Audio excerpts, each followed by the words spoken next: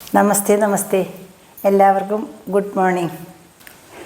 കുറേ നാളായിട്ട് ഞാൻ വിചാരിച്ചിരുന്ന ഒരു കാര്യം നടന്നു കേട്ടോ.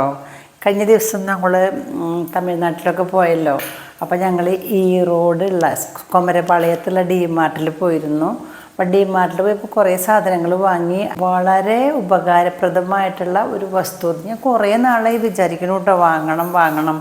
അടുക്കളയിൽ വീട്ടമ്മമാർക്കൊക്കെ വളരെയധികം ഉപകാരപ്രദമായിട്ടുള്ള ഒരു ടവലാണ് കേട്ടോ. കിച്ചൺ ടവല് നല്ലതാണ്. ചെറിയ സ്പോഞ്ചിൻ്റെയാണ്. ഞാൻ കാണിച്ചു തരാം കേട്ടോ, നോക്കൂ. ഇതാ കണ്ടില്ലേ, ഈ കവറിൻ്റെ ഉള്ളിലാണ് ഈ ടവല് ഉള്ളത്. ടവല് സ്പോഞ്ചിൻ്റെയാണ് കേട്ടോ. ഗല സ്പോഞ്ച് വൈപ്പ് എന്നാണ് എഴുതിക്കുന്നത്.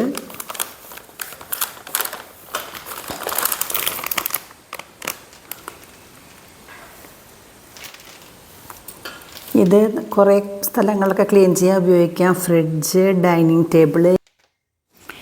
ഇതെങ്ങനെയാണ് ഉപയോഗിക്കേണ്ടത് എന്നുള്ളതിനുള്ള ഇൻസ്ട്രക്ഷൻസാണ് ഇവിടെ കൊടുത്തിരിക്കുന്നത് കേട്ടോ. നമുക്ക് നോക്കാം.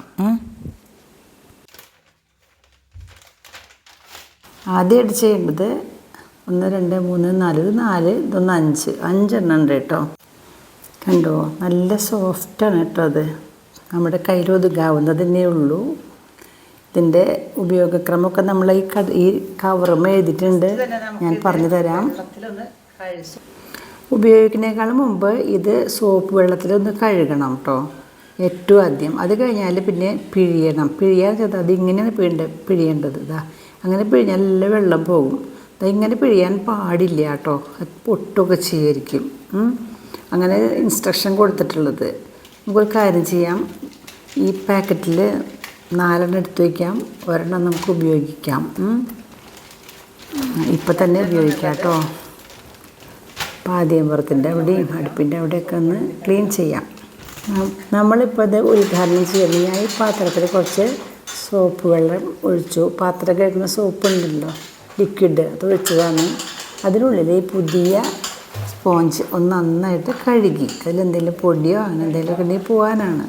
സോപ്പ് എന്തെങ്കിലും ഫംഗസൊന്നും ഉണ്ടാവില്ല, പുതിയതാണ്. നന്നായിട്ട് കഴുകിയതിന് ശേഷം നല്ല വെള്ളത്തിൽ ഒന്ന് കഴുകി ഇങ്ങനെ പിഴിയാം. നേരത്തെ പറഞ്ഞല്ലോ, അതുപോലെ മാത്രമേ പിഴിയാൻ പാടുള്ളൂ എന്നാണ് പറയണത്. ഇനി നമുക്ക് ഇതുകൊണ്ട് തുടയ്ക്കാം. ഇതിൽ വെള്ളമൊക്കെ പോയി ഈ വെള്ളം കളയാം നമുക്ക് കേട്ടോ. ഇനി നമുക്കിത് സോപ്പ് വെള്ളം ഫസ്റ്റ് കഴുകിയ വെള്ളമല്ലേ, അത് കളഞ്ഞിട്ട് നമുക്ക് കുറച്ച് ലൈസോൾ ഒഴിക്കാം. നമ്മൾ തറയൊക്കെ തുടയ്ക്കാനായിട്ട് ലൈസോൾ ഉപയോഗിക്കുമല്ലോ, അത് കുറച്ച് വെള്ളത്തിൽ, കുറച്ച് മതി, അധികം വെള്ളം വേണ്ട. കുറച്ച് വെള്ളത്തിൽ അതൊന്ന് കലക്കി വയ്ക്കുക. എന്നിട്ട് ഈ തുണിയല്ല, ഈ വൈപ്പർ നന്നായിട്ട് അതിൽ പിഴിഞ്ഞു. ഇപ്പോൾ ലൈസോളിൻ്റെ മണമൊക്കെ ഇതിലുണ്ടായിരിക്കും, ഗുണവും ഉണ്ടായിരിക്കും. ആദ്യം തന്നെ നമുക്ക് മേശയൊക്കെ ഒന്ന് ക്ലീൻ ചെയ്യാം.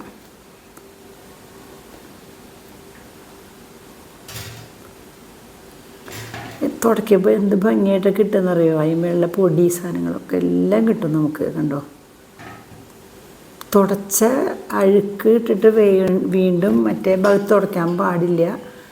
മറിച്ചിട്ട് ഒരു വശം, 4 വശം, 2 വശം ഉണ്ടല്ലോ, അത് മറിച്ചിട്ടിട്ട് അഴുക്ക് ആയിക്കഴിഞ്ഞാൽ കണ്ടോ, അവിടെ എന്തോ ഒട്ടിപ്പിടിച്ചിരിക്കുന്നുണ്ട്.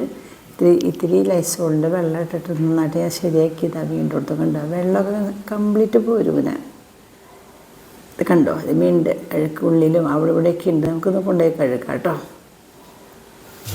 പൈപ്പിൻ്റെ ചുവട്ടിന് വച്ചാൽ മതി, ക്ലീനായിട്ട് കിട്ടും. എല്ലാവരും നമ്മൾ വീണ്ടും ലൈസോൾ വെള്ളത്തിൽ കഴുകാൻ പാടില്ല. അപ്പോൾ ഈ അഴുക്ക് ആ ലൈസോൾ വെള്ളത്തിൽ വരും. അപ്പോൾ ഇങ്ങനെ കഴുകിയതിന് ശേഷം പിഴിഞ്ഞിട്ട് വീണ്ടും നമുക്ക് ആ ലൈസോളിൻ്റെ വെള്ളം ഉണ്ടല്ലോ, അതിലൊന്നും കൂടി കഴുകാം. കഴുകിയിട്ട് ഞാൻ കഴുകിയിട്ടുണ്ട് കേട്ടോ. കഴുകിയിട്ട് വീണ്ടും വൺസ് മോർ തുടയ്ക്കാം, അല്ലേ, ഒരു പ്രാവശ്യം കൂടി തുടയ്ക്കാം. അപ്പോൾ ഒന്നും കൂടി വൃത്തിയാവും. പെർഫെക്റ്റായിട്ട് ക്ലീൻ ആവും കേട്ടോ. അത് നമ്മുടെ തുണി കൊണ്ടായാലും ക്ലീൻ ആവും. പക്ഷേ കുറേ നാൾ കഴിയുമ്പോൾ തുണി അത് കരിമ്പനടിക്കാം. പിന്നെ കല്ലുമ്മ തിരുമ്മിട്ടൊക്കെ ക്ലീൻ ചെയ്യണം. വീണ്ടും കഴുകാം നമുക്ക്. ഞാൻ കഴുകി വീണ്ടും ഒരു പ്രാവശ്യം കൂടി പച്ചവെള്ളത്തിൽ കഴുകി, പിന്നെ ലൈസോൾ വെള്ളത്തിൽ കഴുകി. ഇനി ഞാൻ മേശ ശരിയായി കഴിഞ്ഞു കേട്ടോ. ഇനി നമുക്കൊരു കാര്യം ചെയ്യാം, ഇവിടെ തുടയ്ക്കാം. ഇതൊക്കെ നീക്കി വയ്ക്കാം. ചെറിയ എണ്ണക്കുപ്പി, ഉപ്പിൻ്റെ പാത്രം, ഇതൊക്കെ നീക്കി വെച്ചിട്ട് ഇതാ ഇങ്ങനെ തുടച്ചെടുക്കാം. ഉണ്ടോ?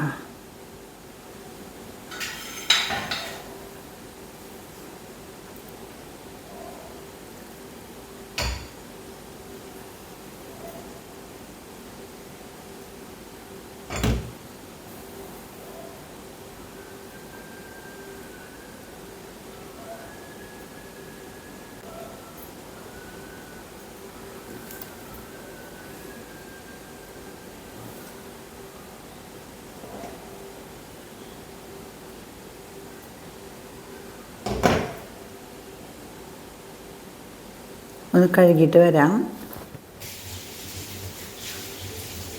അഴുക്കായ തുണി കൊണ്ട് വീണ്ടും വീണ്ടും തുടച്ചാൽ ആ അഴുക്ക് അവിടെ ഒട്ടിപ്പിടിക്കുകയുള്ളൂ കേട്ടോ.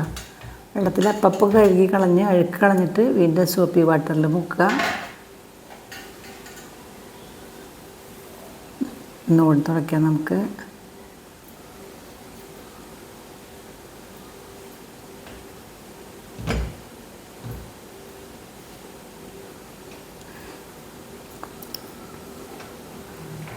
നമ്മൾ തുടച്ച തുണി അങ്ങനെ തന്നെ കൊണ്ടുപോയിട്ട് പച്ചവെള്ളത്തിൽ കഴുകാതെ ഈ ലൈസോളിൽ കഴുകി കഴിഞ്ഞാൽ വീണ്ടും വീണ്ടും ആ ചെളിയിലിട്ട് വീണ്ടും വീണ്ടും നമ്മൾ കഴുകും. അപ്പോൾ ഒരു ചീത്ത മണം വരും തുടച്ചെടുത്തൊക്കെ കേട്ടോ. അതുകൊണ്ട് ഒരിക്കലും അങ്ങനെ ചെയ്യരുത്. നല്ല വെള്ളത്തിൽ കഴുകിയതിന് ശേഷം മാത്രം അത് ലൈസോൾ വാട്ടറിൽ കഴുകുക. ഇപ്പുറം ക്ലീനാക്കാം.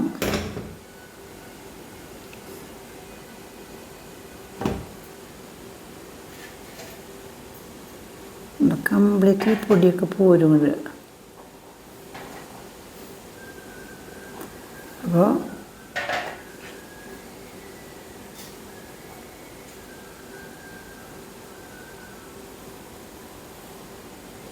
വെള്ളടപ്പത്ത് വയ്ക്കാൻ പോവാണ് കേട്ടോ.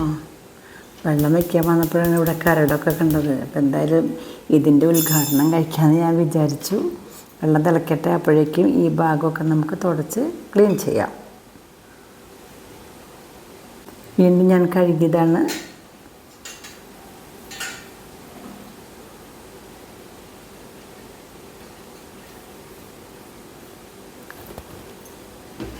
കണ്ടോ, ലാസ്റ്റ് ഫൈനൽ ടച്ചിങ് എന്നാണ് അത് പറയില്ലേ അല്ലേ. ഫൈനൽ ടച്ചിങ് ആണ്, ക്ലീനായി.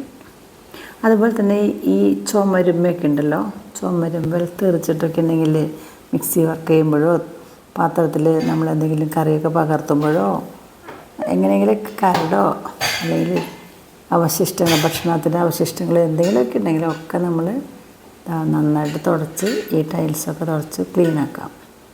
അതുപോലെ തന്നെ ജനലയും തുടയ്ക്കാം.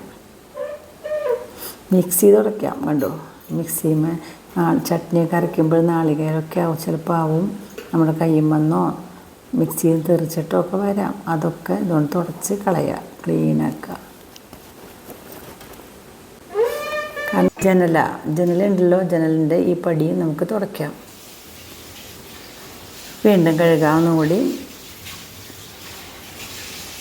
ഒരിക്കലും അഴുക്കുള്ള തുണി കൊണ്ട് വീണ്ടും വീണ്ടും തുടയ്ക്കാൻ പാടില്ല. കഴുകുക, ക്ലീൻ ചെയ്യുക. നന്നായിട്ട് കഴുകിയിട്ട് പിഴിഞ്ഞ് വെള്ളം കളഞ്ഞിട്ട് ഫ്രിഡ്ജും തുടയ്ക്കാൻ പറ്റും. കണ്ടോ, എല്ലാ സ്ഥലവും തുടയ്ക്കണം.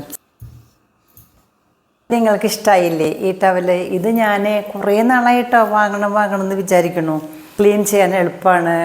കല്ലുമിട്ട് ഉരച്ച് കഴുകുന്നു വേണ്ട. അതുപോലെ തന്നെ നമ്മൾ സാധാരണ തുണിയാണെങ്കിൽ ഇടയ്ക്കിടയ്ക്ക് സോപ്പൊക്കെ ഇട്ട് കല്ലുമിട്ട് ഉരച്ച് കഴുകണം, കരിമ്പനടിക്കും, അപ്പോൾ കളയുകയൊക്കെ ചെയ്യുക, വഴുവഴുപ്പൊക്കെയാണ്. ഇതിപ്പോൾ ഉപയോഗിക്കാൻ നല്ല സുഖമാണ്. അപ്പോൾ എനിക്കത് നല്ല ഇഷ്ടമായി. അപ്പം ഞാനിത് വാങ്ങിയതാണ്. നിങ്ങളിനി എപ്പോഴെങ്കിലും ഡിമാർട്ടിൽ പോവുകയാണെങ്കിൽ, ഡിമാർട്ട് ആവണമെന്നില്ല കേട്ടോ, വേറെയും ചിലപ്പോൾ ഷോപ്പിംഗ് മാളുകളിൽ നിന്നൊക്കെ കിട്ടാൻ സാധ്യതയുണ്ട്.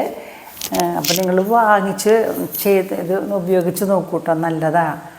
അപ്പോൾ എന്താണെന്ന് വെച്ചാൽ ഇത് വാങ്ങിക്കഴിഞ്ഞാൽ കുറേ നാളത്തേക്ക് നമുക്കിത് ഉപയോഗിക്കാം. 5 പീസ് ഉണ്ട് ഇതിൽ. 5 പീസിൽ ഒരു പീസ് എടുത്താൽ എന്തായാലും ഒരു 1-2 മാസം ഉപയോഗിക്കാൻ പറ്റുമെന്ന് ഞാൻ വിചാരിക്കണത്. നിങ്ങൾ നോക്കൂ കേട്ടോ. അപ്പോൾ നിങ്ങൾക്ക് ഈ വീഡിയോ ഇഷ്ടമായെങ്കിൽ ലൈക്ക് ചെയ്യൂ കേട്ടോ. മാത്രമല്ല ഇതുവരെയും സബ്സ്ക്രൈബ് ചെയ്യാത്ത വ്യൂവേഴ്സ് ഉണ്ടെങ്കിൽ ഒന്ന് സബ്സ്ക്രൈബ് ചെയ്യൂ കേട്ടോ. പിന്നെ നിങ്ങളുടെ അഭിപ്രായം അറിയിക്കുക കമൻറ്റുകളിലൂടെ. Okay, thank you.